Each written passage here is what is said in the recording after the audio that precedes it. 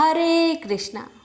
आप सभी भक्तों पर लक्ष्मी नारायण की कृपा सदा सर्वदा बनी रहे।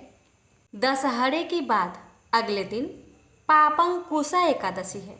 यह एकादशी आश्विन मास के शुक्ल पक्ष की एकादशी है।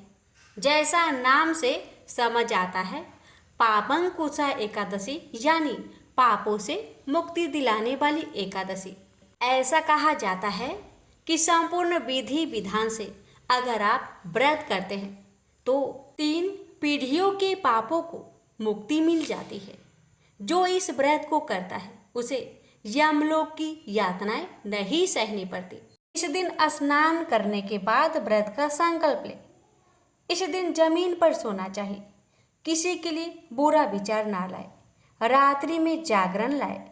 इस एकादशी पर भगवान विष्णु पर शहद अर्पित करना चाहिए। इससे बहुत शुभ फल मिलता है। इस बार एकादशी व्रत की तारीख को लेकर बहुत ही कन्फ्यूजन है।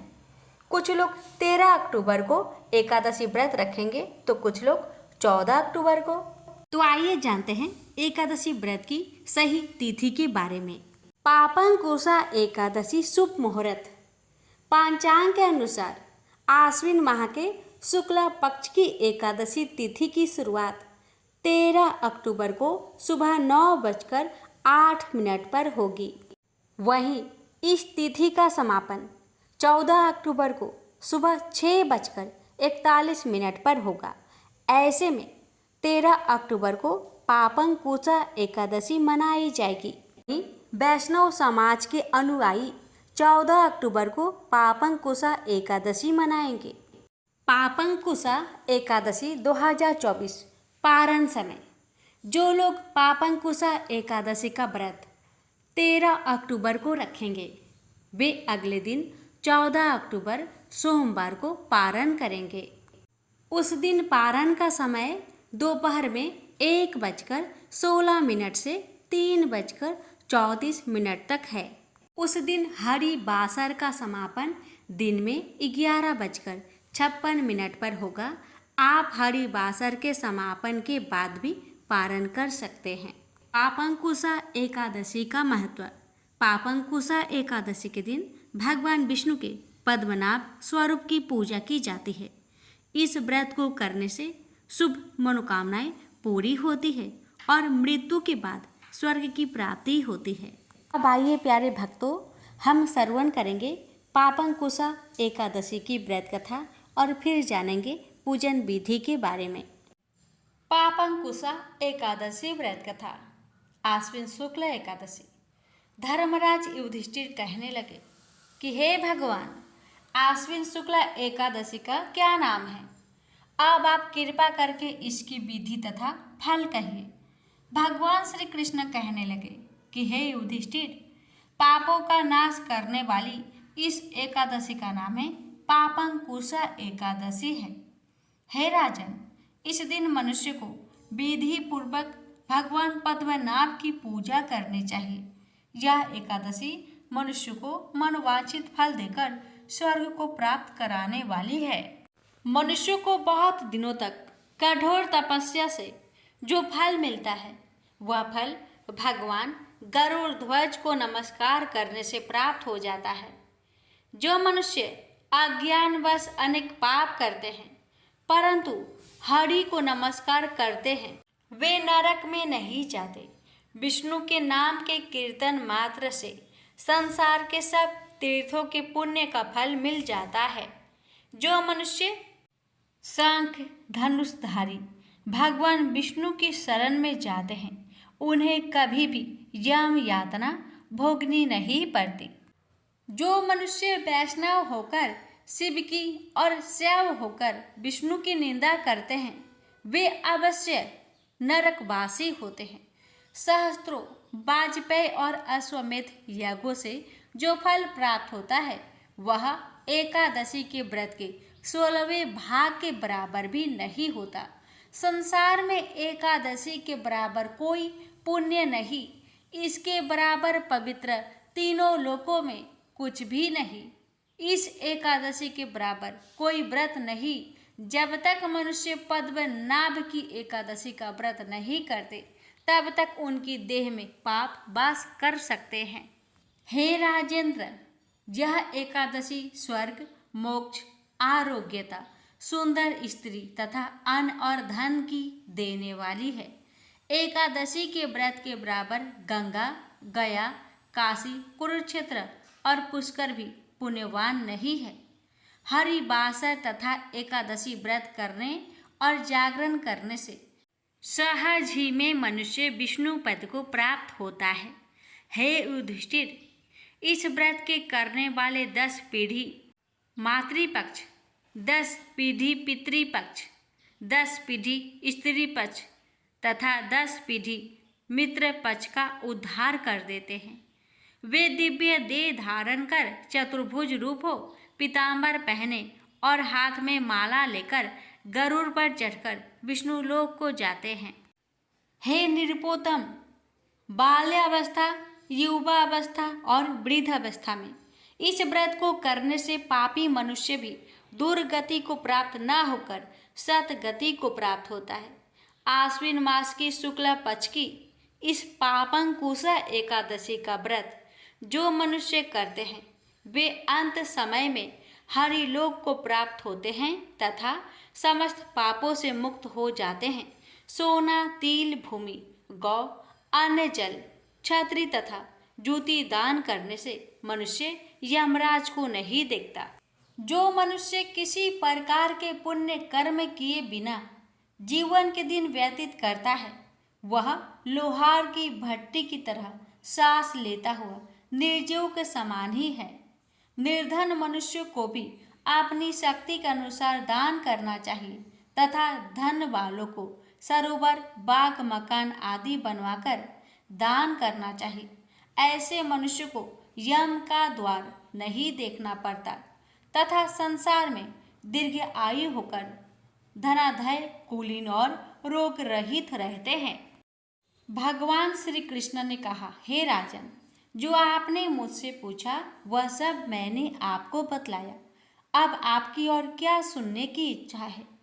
प्रेम से बोलिए विष्णु भगवान की जय। आइए भक्तों जानते हैं पापंकुशा एकादशी की पूजन विधि के बारे में। पापंकुशा एकादशी के दिन सुबह जल्दी उठकर स्नान करें और साफ कपड़े पहने। ब्रह्म मुहूर्त में व्रत का संकल्प ले। एक चौकी पर पीला कपड़ा बिछाकर भगवान विष्णु की मूर्ति या तस्वीर स्थापित करें।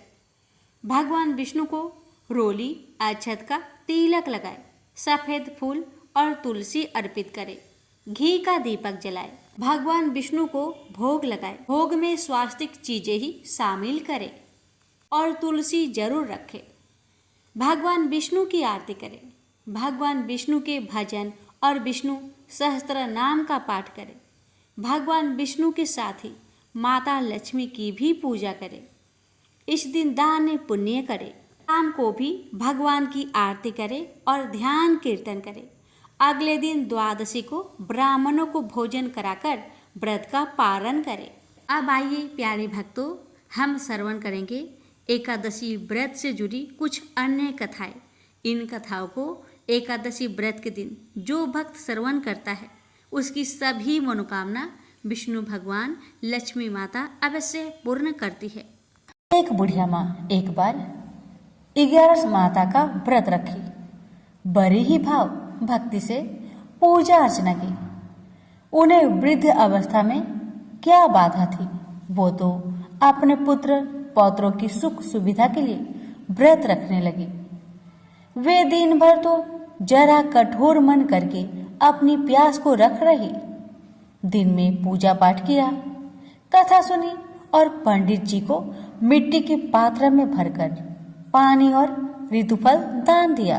दोनों भर भर कर बूरा वितरण किया। उन्हें गर्मी के कारण बहुत बेचैनी हो रही थी।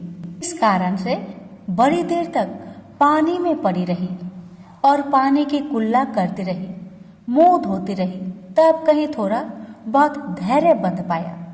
धूप तो तेज पड़ रही थी, इस कारण बार बार मुंह सूख रहा था। बूढ़ी माँ बहुत बेचैन हो रही थी। एक बुढ़ापा और दूसरे ये भयंकर गर्मी, वृद्ध अवस्था की स्थिति तो कुछ दूसरे ही प्रकार की होती है। ऐसे तैसे रो धो के दिन कट पाया। अब पहाड़ सी रात सामने थी, उसका काटना बड़ा ही कठिन दिखाई दे रहा था। खटिया पर पड़े शांति नहीं मिल रही थी। वे बार बार करवट बदल रही थी। अनेक बार वो बाहर जाती और भीतर आती। उन्हें घर के अंदर शांति नहीं थी। वे पड़ी पड़ी एकादशी माता का स्मरण करती रही। वे कहती रही कि हे माता जी, आप मेरी लाज रखेगा, आप ही मुझे शक्ति दे दीजिएगा जिससे मैं भली भांति आपका व्रत कर सकूं और ये पहाड़ सी रात शांति पूर्वक व्यतीत हो सके। प्यास के कारण बूढ़ी माँ की बेचैनी तो बढ़ ही रही थी। उन्होंने धैर्य रखने का बहुत प्रयास किया, किंतु सहनशीलता की सीमा टूट गई और वे घबराकर एकदम चिल्ला पड़ी। बोली, बचाओ बचाओ बचाओ। अम्मा का चिल्लाना सुनकर परिवार भर के नर नारी, बच्चे और पड़ोसी एकत्रित होकर बूढ़ी अम्मा की खटिया के समीप पहुंच गए। सबने पूछा, अम्मा जी, आपको क्या हो गया? आप क्यों चिल्ला पड़ी हैं? आप इस वृद्धावस्था में ये कठिन व्रत क्यों कर रही हैं? अम्मा जी ने कहा, शक्ति से ही भक्ति होती है। थोड़ी ही देर में वे फिर से बोली कि अरे, हमारे प्राण तो ही निकल जा रहे हैं। मेरी छाती पर ठंडे पानी का घड़ा रख दीजिए। नातियों ने दादी की छाती पर ठंडे पानी का पात्र रख दिया। तब कहीं उन्हें थोड़ा बहुत आराम मिला और थोड़ी देर के लिए उन्होंने अपनी आंखें बंद कर ली। एकादशी माता ने सोचा कि ये बूढ़ी अम्मा है तो बहुत कठोर, जरा जाकर उसकी परीक्षा लेनी चाहिए। वे आधी रात को मुर्गा बनकर टेर लगाने लगी। मुर्गा की आवाज सुनकर दादी जल्दी से उठी और बाहर जाकर आसमान की ओर देखा, किंतु आसमान में कहीं उन्हें प्रातःकालीन तारा दिखाई नहीं दिया। वे सोचने लगी कि ये मुर्गा क्यों और कैसे बोल गया है। वे तो आधा रात मालूम प्रतीत होता है। उन्हें प्यास तो बहुत लग ही रही थी। थोड़ा बहुत उनका मन भी विचलित होने लगा था, किंतु अंत में उन्होंने दृढ़ निश्चय किया कि मैं अब व्रत को पूर्ण करके ही छोड़ूंगी, चाहे कुछ भी हो जाए, मेरा प्राण ही क्यों ना निकल जाए। ये सोचकर फिर वे खटिया पर शिथिल होकर सो गई। थोड़ी ही देर में एकादशी माता ने उनकी फिर से परीक्षा लेनी चाहिए। एक छोटी सी बालिका एक गिलास में शरबत लेकर उनके सिरहाने खड़ी हो गई और जोर से बोली, दादी जी, सवेरा हो गया, हाथ मुंह धोकर शरबत पी लीजिएगा। पहले तो शरबत का गिलास देखकर उनका मन ललचाने लगा, किंतु अचानक व्रत का स्मरण हो आया और उन्होंने सोचा कि मैं किसी भी प्रकार से अभी शरबत नहीं पी सकती हूँ और वे शांतिपूर्वक अपनी खटिया पर लेट गई। फिर थोड़ी देर में उन्हें ऐसा लगा कि जैसे किसी ने उन्हें पानी के कुएं में पटक दिया हो। वे बड़ी देर तक उस कुएं में हाथ पांव चलाती रही, किंतु उन्होंने अपने मुख में पानी की एक बूंद भी नहीं जाने दी और वे दृढ़तापूर्वक अपना व्रत पालन करती रही। थोड़ी ही देर में न जाने कहां से सामने आग जलने लगी, जिससे भारी गर्मी बढ़ने लगी। प्यास के कारण प्राण निकलने लगे, किंतु बूढ़ी अम्मा का कुछ भी नहीं बिगड़ पाया। वे जहां की तहां मुस्कुराती हुई बैठी रही। थोड़ी ही देर में बाहर प्रकाश दिखाई देने लगा। ऐसा लगा कि जैसे सवेरा हो आया। बूढ़ी अम्मा ने जब बाहर निकलकर देखा तो समझ गई कि अभी सवेरा होने में 3-4 घंटे की देरी है। यह जानकर वे शांतिपूर्वक इधर उधर घूमने फिरने लगी। एकादशी माता ये बात अच्छी तरह से समझ गई कि ये बूढ़ी अम्मा किसी भी प्रकार से अपने व्रत से नहीं टल सकती। वे उनके सत्य व्रत को ही अच्छी तरह से समझ गई। सवेरा होते ही बूढ़ी माँ ने स्नान किया, भगवान का पूजा पाठ किया, एकादशी माता की कथा सुनी, ब्राह्मणों को दक्षिणा देकर भोजन करवाया। तब कहीं बूढ़ी अम्मा ने जल ग्रहण किया। कन्याओं को भोजन कराने के बाद अम्मा ने भोजन किया। उस श्रेष्ठ व्रत के प्रताप से बूढ़ी अम्मा की आयु में वृद्धि हो गई। उनका घर परिवार हरा भरा हो गया। घर में अब उनके कोई भी अभाव नहीं रहा। वे हर तरह के सुख साधनों से संपन्न हो गई। नाती नातिनों से उनका घर भर गया और वे उसी दिन से 12 महीने की एकादशी का व्रत करने लगी। एकादशी माता के व्रत के प्रताप से इस संसार में हर प्रकार के सुख भोग कर अंत में बैकुंठ धाम को चली गई। से बोलिए एकादशी माता की जय। अति प्राचीन काल की बात है। द्रविड़ देश में एक पांड्यवंशी राजा राज्य करते थे। उनका नाम था इंद्रधुम्न। वे भगवान की आराधना में ही अपना अधिक समय व्यतीत करते थे। यद्यपि उनके राज्य में सर्वत्र सुख शांति थी, प्रजा प्रत्येक रीति से संतुष्ट थी, तथापि राजा इंद्रधुम्न अपना समय राज्य कार्य में कम ही दे पाते थे। वे कहते थे कि भगवान विष्णु ही मेरे राज्य की व्यवस्था करते हैं, अतः वे अपने इष्ट परम प्रभु की उपासना में ही ददचित रहते थे। राजा इंद्रधुम्न के मन में आराध्य आराधना की लालसा उत्तरोत्तर बढ़ती ही गई। इस कारण वे राज्य का त्याग कर मलय पर्वत पर रहने लगे। उनका भेष तपस्वियों जैसा था। सिर के बाल बढ़कर जटा के रूप में हो गए थे। वे निरंतर परम ब्रह्मा परमात्मा की आराधना में तल्लीन रहते थे। उनके मन और प्राण भी श्री हरि के चरण कमलों में मधुकर बने रहते। इसके अतिरिक्त उन्हें जगत की कोई वस्तु नहीं सुहाती। उन्हें राज्य, कोष, प्रजा तथा पत्नी आदि किसी प्राणी या पदार्थ की स्मृति ही नहीं होती थी। एक बार की बात है, राजा इंद्रधुम्न प्रतिदिन की भांति स्नान आदि से निवृत्त होकर सर्वसमर्थ प्रभु की उपासना में तल्लीन थे। उन्हें ब्रह्मा जगत का तनिक भी ध्यान नहीं था। संयोग बस उसी समय महर्षि अगस्त्य अपने समस्त शिष्यों के साथ वहां पहुंच गए, लेकिन न पाद्य न अर्घ्य और न स्वागत मौन व्रती राजा इंद्रधुम्न परम प्रभु के ध्यान में निमग्न थे। इससे महर्षि अगस्त्य कुपित हो गए। उन्होंने इंद्रधुम्न को श्राप दिया, इस राजा ने गुरुजनों से शिक्षा नहीं ग्रहण की है और अभिमान बस परोपकार से निवृत्त होकर मनमानी कर रहा है। ब्राह्मणों का अपमान करने वाला यह राजा हाथी के समान जड़ बुद्धि है, इसलिए इसे घोर अज्ञानमय हाथी की योनि प्राप्त हो। महर्षि अगस्त्य भगवत दंभ इंद्रधुम्न को यह श्राप देकर चले गए। राजा इंद्रधुम्न ने इसे श्री भगवान का मंगलमय विधान समझकर प्रभु के चरणों में सिर रख दिया। क्षीरविद में 10 सहस्त्र योजन लंबा, चौड़ा और ऊंचा त्रिकूट नामक एक पर्वत था। वहां पर वैद्य अत्यंत सुंदर एवं श्रेष्ठ था। उस पर्वतराज त्रिकूट की तराई में ऋतुमान नामक भगवान वरुण का कीड़ा कानन था। उसके चारों ओर दिव्य वृक्ष सुशोभित थे। वे वृक्ष सदा पुष्पों और फूलों से लदे रहते थे। उसी कीड़ा कानन ऋतुमान के समीप पर्वत श्रेष्ठ त्रिकूट के गहन मन में हाथिनियों के साथ एक अत्यंत शक्तिशाली और अमित पराक्रमी गजेंद्र रहता था। एक बार की बात है, गजेंद्र अपने साथियों सहित तृष्णाधिक्य से व्याकुल हो गया। वह कमल की गंध से सुगंधित वायु को सुनकर चिताक्षर विशाल सरोवर के तट पर जा पहुंचा। गजेंद्र ने उस सरोवर के निर्मल, शीतल और मीठे जल में प्रवेश किया।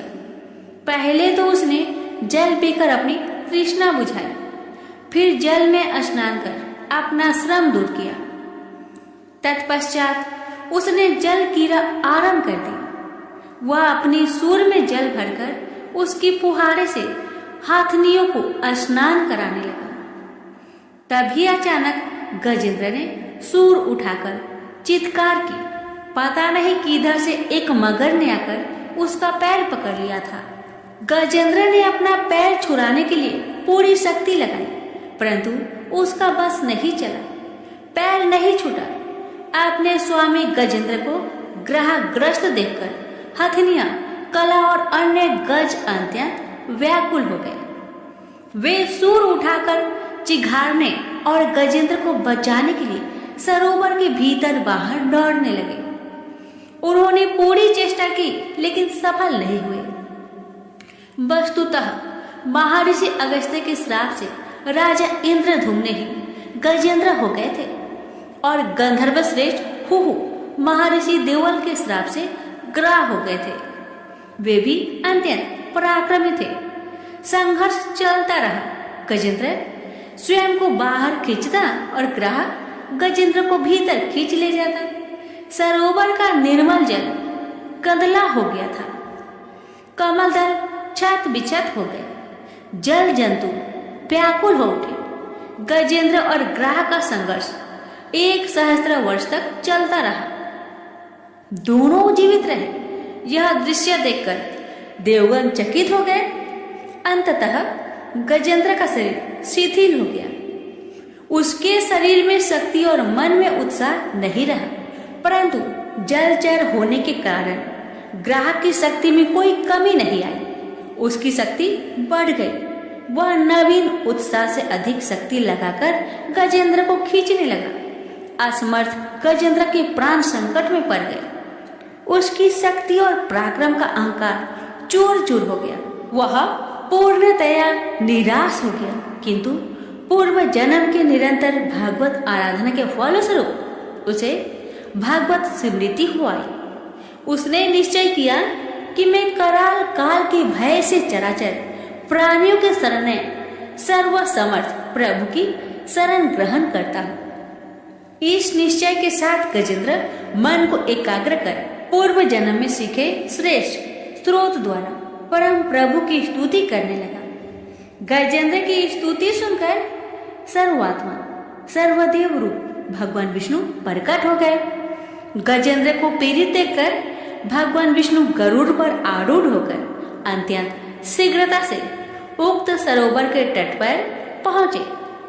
जब जीवन से निराशा तथा पीड़ा से छटपटाते गजेंद्र ने हाथ में चक्र लिए गरुड़ारूढ़ भगवान विष्णु को तीव्रता से अपनी ओर आते देखा।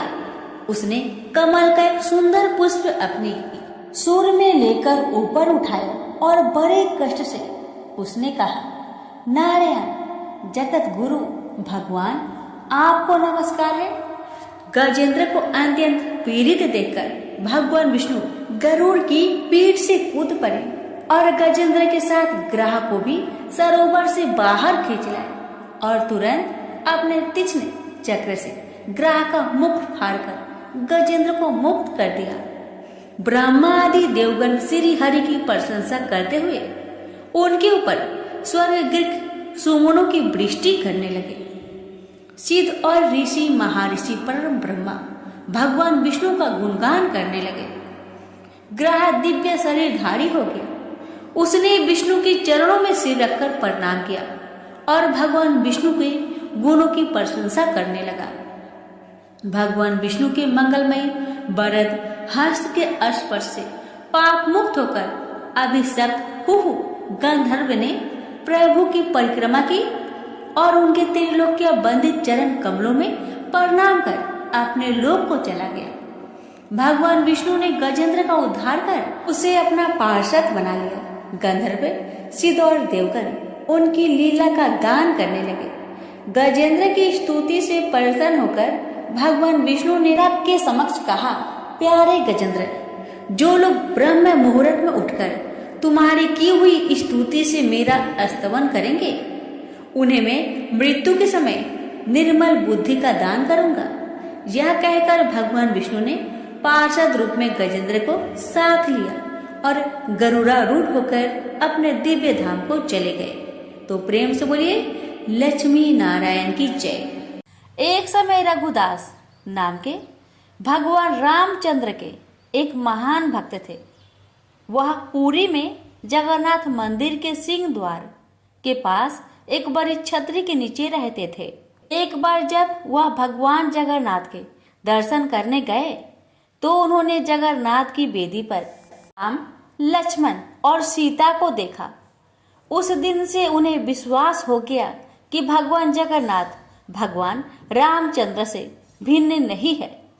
एक बार रघु ने भगवान जगन्नाथ के लिए एक अच्छी माला तैयार की और पुजारी को भगवान को चढ़ाने के लिए दी।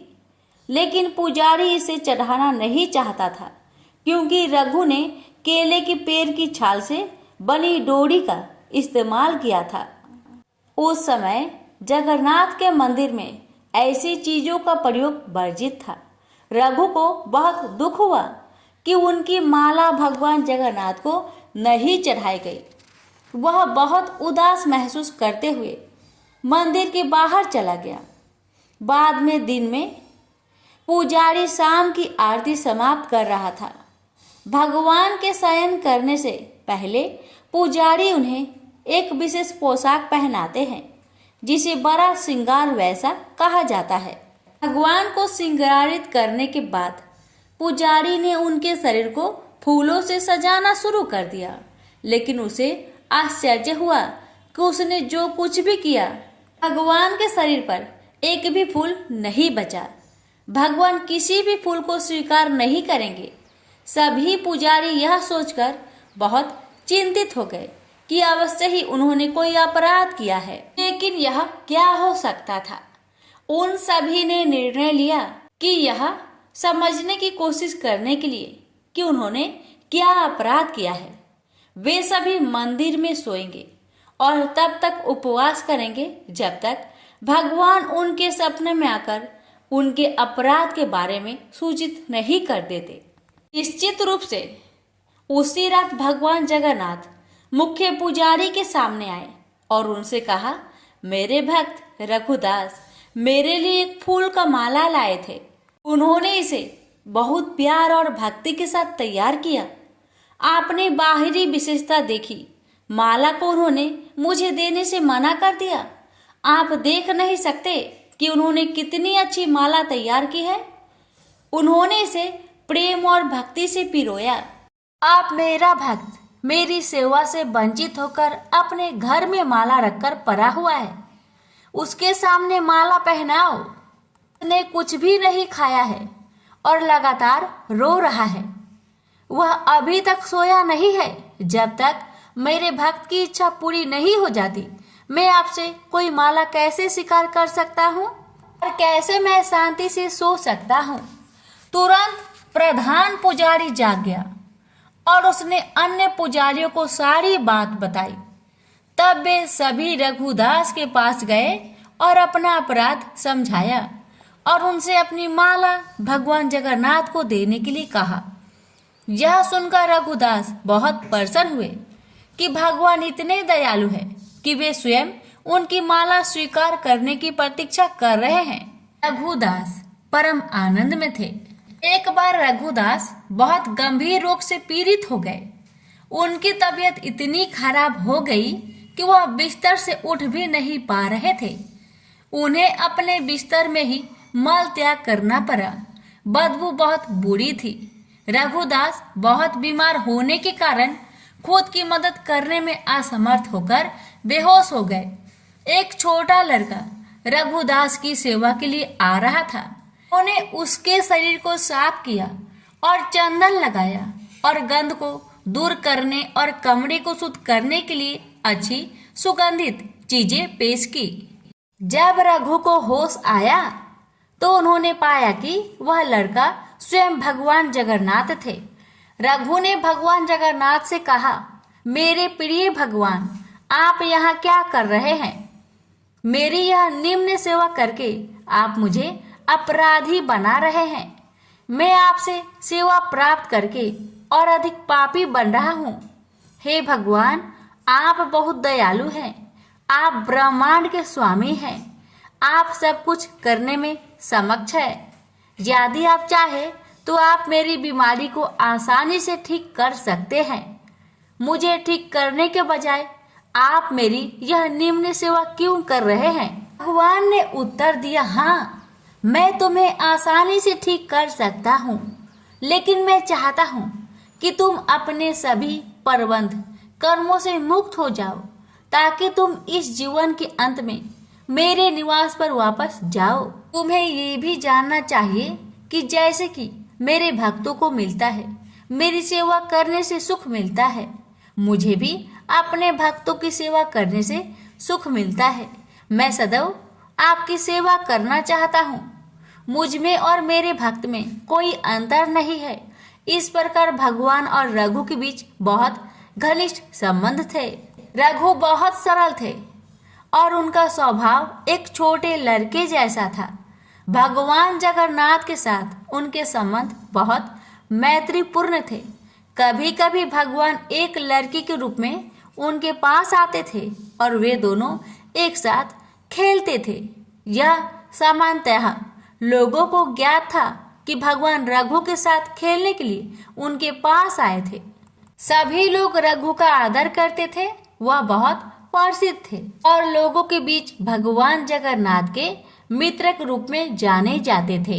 एक बार जगन्नाथ रघु के पास आए और उससे कहा कि वह राजा के बगीचे से कटहल चुराने के लिए उसके साथ चले।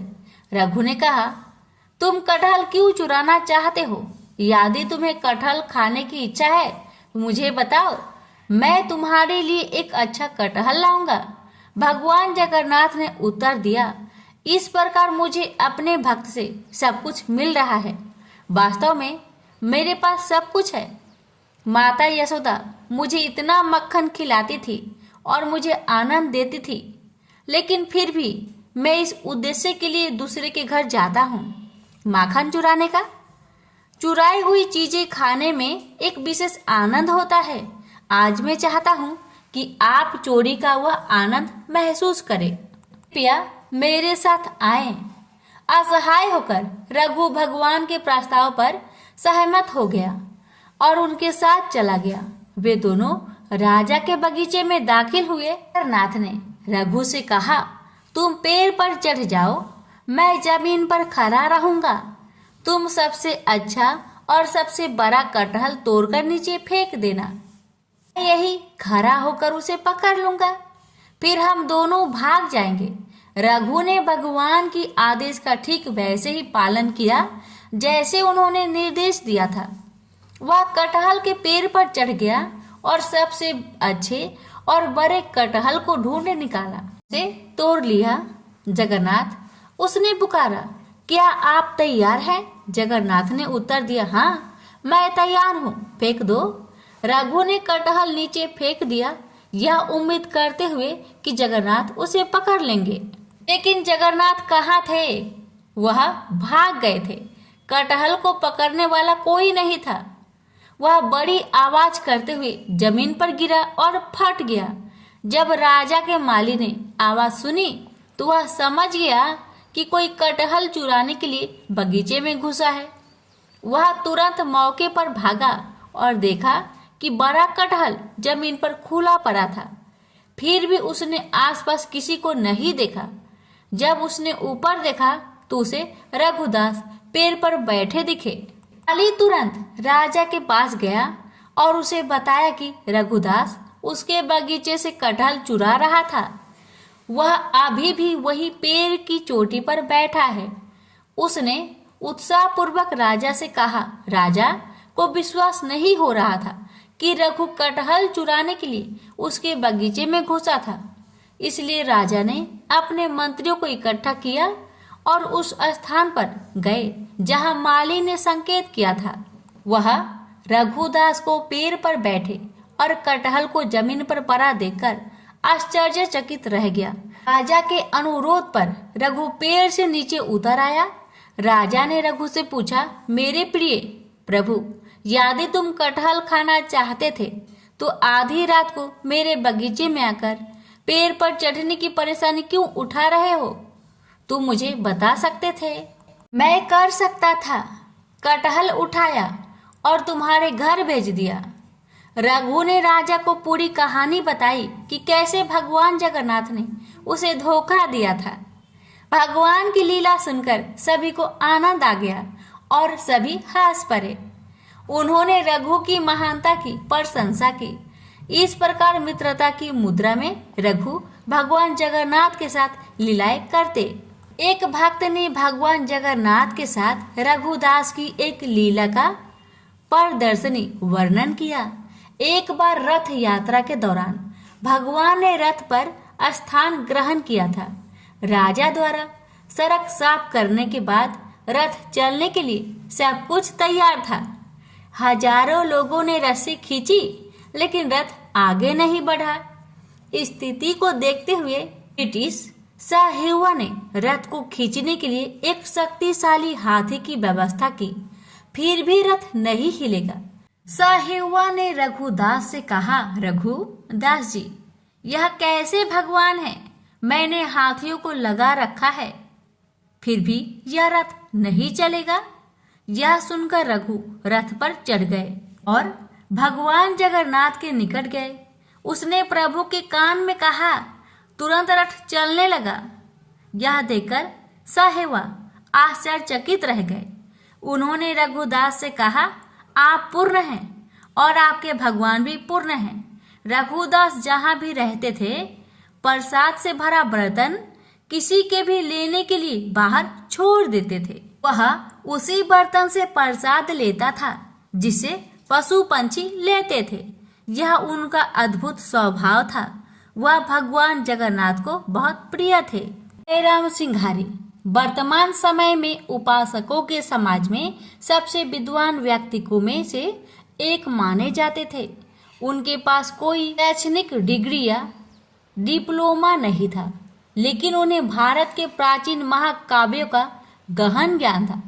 भारत के विभिन्न हिस्सों से आने वाले कई लोग उन्हें अपने आध्यात्मिक मार्गदर्शक के रूप में मानते थे। उन्होंने केवल महाप्रसाद खाया, जो भगवान जगन्नाथ को चढ़ाए जाने वाला चावल का भोग है। एक दिन किसी कारणवश उसके बेटे उसे मंदिर से नहीं लाए। हालांकि उसने पूरे दिन कुछ भी नहीं खाया था, फिर भी उसने कभी अपनी भूख प्रकट नहीं की। केवल उसकी पत्नी को पता था। जब वह उदास लग रही थी, सिंघारी ने उसे सत्वना दी, वह देगा, वह भेजेगा, लेकिन आधी रात को कौन देगा? सब सो गए, उसकी पत्नी भी। कुछ देर बाद दरवाजे पर हल्की सी दस्तक हुई। दरवाजा खुलने पर बूढ़े व्यक्ति को एक केले का पत्ता मिला, जिसमें 7 प्रकार के मंदिर के केक थे। कोई नहीं था। अगली सुबह जब उसने यह घटना बताई तो किसी ने उस पर विश्वास नहीं किया। पूरे दिन भगवान जगन्नाथ का यह चमत्कार लोगों के मन में छाया रहा। अगली रात सिंघारी को सपने में आवाज आई, क्या तुमने वह सब कुछ खा लिया जो दिया गया था? प्रेम से बोलिए जगन्नाथ भगवान की जय। एक समय की बात है, एक भाई बहन रहते थे। बहन का नियम था कि वह अपने भाई का चेहरा देखे ही खाना खाती थी। हर रोज सुबह उठती थी और जल्दी जल्दी घर का सारा काम काज करके अपने भाई का मुख देखने के लिए उसके घर से निकल जाती। एक दिन रास्ते में एक पीपल पेड़ के नीचे गणेश जी की मूर्ति रखी हुई थी। उसने भगवान के सामने हाथ जोड़कर कहा कि मेरे जैसा अमर सुहाग और मेरे जैसा अमर पिहर सबको दीजिए।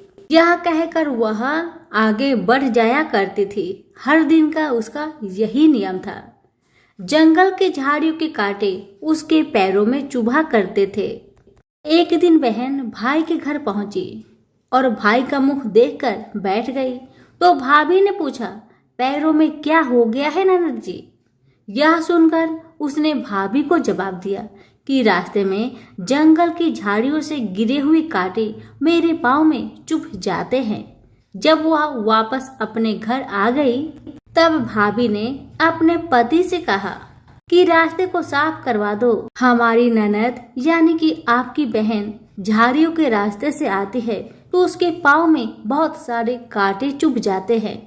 पत्नी की इतना बात सुनते ही भाई तुरंत उठा और हाथों में कुल्हाड़ी लेकर सारी झाड़ियों को काटकर रास्ता साफ कर दिया। और इसी कारण से गणेश जी का स्थान भी वहां से हट गया। यह देखकर भगवान गुस्सा हो गए और उसके भाई के प्राण को हर लिए। लोग अंतिम संस्कार के लिए जब भाई को ले जा रहे थे तब उसकी भाभी रोती हुई लोगों से कही, थोड़ी देर रुक जाओ, उसकी बहन आने वाली है। वह अपने भाई का मुख देखे बिना नहीं रह सकती। उसका यह हर दिन का नियम है। तब लोगों ने कहा, आज तो देख लेगी, पर कल कैसे देखेगी? रोज के दिन की तरह बहन अपने भाई का मुख देखने के लिए जंगल में निकल दी। जब जंगल में उसने देखा कि सारा रास्ता साफ किया हुआ है, तब वह आगे बढ़ी तो उसने देखा कि सिद्धि विनायक को भी वहां से हटा दिया गया है। तब उसने जाने से पहले गणेश जी को एक अच्छे स्थान पर रखकर उन्हें स्थान दिया और हाथ जोड़कर बोली, हे गणेश महाराज, मेरे जैसा अमर सुहाग और मेरे जैसा अमर पिहर सबको देना। और फिर इतना कहकर आगे निकल गई। लड़की की बात सुनकर भगवान गणेश सोच में पड़ गए, अगर मैं इसका नहीं सुना तो मुझे कौन मानेगा, हमें कौन पूजेगा? तब सिद्धि विनायक ने उसे पीछे से आवाज दिया कि बेटी, इस खेजड़ी की 7 पत्तियां ले जा और उसे कच्चे दूध में घोलकर भाई के ऊपर छींटा मार देना, वह उठकर बैठ जाएगा। यह सुनकर जब बहन पीछे मुड़ी तो उसने देखा कि वहां तो कोई नहीं है, लेकिन फिर भी उसके दिल से आवाज आई, जो मैंने सुना वैसे ही करती हूँ, देखा जाए क्या होता है। इतना सोचकर वह 7 खेजड़ी की पत्तियां लेकर अपने भाई के घर पहुंची। उसने देखा वहां कई लोग बैठे हुए हैं। भाभी बैठी रो रही है और पास में ही भाई का लाश रखा हुआ है। तब उसे रास्ते में जो आवाज सुनाई दी थी वही बात याद आई और उसने वैसा ही किया जैसे उसने सुना था। उसने खेजड़ी के 7 पत्तियों को बताए हुए नियम के तहत भाई के ऊपर इस्तेमाल किया। तब उसका भाई उठकर बैठ गया। भाई बोला बहन से, मुझे तो बहुत ही गहरी नींद आ गई थी। तब बहन बोली, यह नींद किसी दुश्मन को भी ना आए, और उसने सारी बात अपने भाई को बता दी। हे गणेश महाराज, जैसे आपने उस बहन की सुनी वैसे ही कहानी कहने वाले, हुक्कारे भरने वाले सभी की परिवार की सुनना और सभी के परिवार की रक्षा करना। सभी प्रेम से बोलिए गणेश महाराज की जय हो। सभी व्रत में सुनी जाने वाली लपसी तपसी की कथा। एक लपसी था, एक तपसी था। तपसी हमेशा भगवान की तपस्या में लीन रहता था। लपसी रोजाना 1.25 सेर की लापसी बनाकर भगवान का भोग लगाकर जीम लेता था। एक दिन दोनों लड़ने लगे। तपसी बोला, मैं रोज भगवान की तपस्या करता हूँ इसलिए मैं बड़ा हूँ। लपसी बोला, मैं रोज भगवान को 1.25 सेर लापसी का भोग लगाता हूँ इसलिए मैं बड़ा हूँ। नारद जी वहां से गुजर रहे थे। दोनों को लड़ता देखकर उनसे पूछा कि तुम क्यों लड़ रहे हो? तपसी ने खुद के बड़ा होने का कारण बताया और लपसी ने अपना कारण बताया। नारद जी बोले, तुम्हारा फैसला मैं कर दूंगा। दूसरे दिन लपसी और तपसी नहाकर अपनी रोज की भक्ति करने आए तो नारद जी ने छुपकर 1.25 करोड़ की एक अंगूठी दोनों के आगे रख दिए। तपसी की नजर जब अंगूठी पर पड़ी तो उसने चुपचाप अंगूठी उठाकर अपने नीचे दबा लिया। तपसी की नजर अंगूठी पर पड़ी लेकिन उसने ध्यान नहीं दिया। भगवान को भोग लगाकर लपसी खाने लगा। नारद जी सामने आए तो दोनों से पूछा कि कौन बड़ा है, तो नारद जी ने तपसी से खड़ा होने को कहा। वो खड़ा हुआ तो उसके नीचे दबी अंगूठी दिखाई पड़ी। नारद जी ने तपसी से कहा, तपस्या करने के बाद भी तुम्हारी चोरी करने की आदत नहीं गई, इसलिए लपसी बड़ा है और तुम्हें तुम्हारी तपस्या का कोई भी फल नहीं मिलेगा। तपसी शर्मिंदा होकर माफी मांगने लगा। उसने नारद जी से पूछा, मुझे मेरी तपस्या का फल कैसे मिलेगा? नारद जी ने कहा, यदि कोई गाय और कुत्ते की रोटी नहीं बनाएगा तो फल तुझे मिलेगा।